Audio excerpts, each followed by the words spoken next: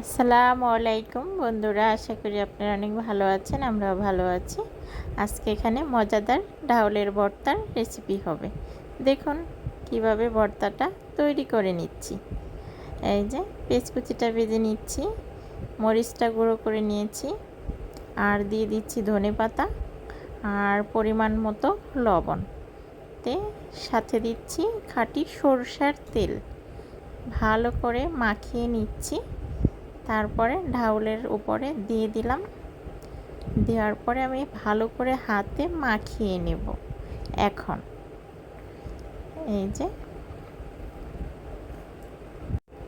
এই যে ভর্তাটা মাখানো শেষ। এখন পেঁয়াজ মরিচ ঢলা দিয়ে ডাউলের ভর্তা দিয়ে কিন্তু ভাত খেয়ে নিব, সেই গরম ভাত মজা করে। বন্ধুরা, আপনারা সবাই ভালো থাকবেন, সুস্থ থাকবেন। বাই বাই বন্ধুরা, আজকের মতো এ পর্যন্তই।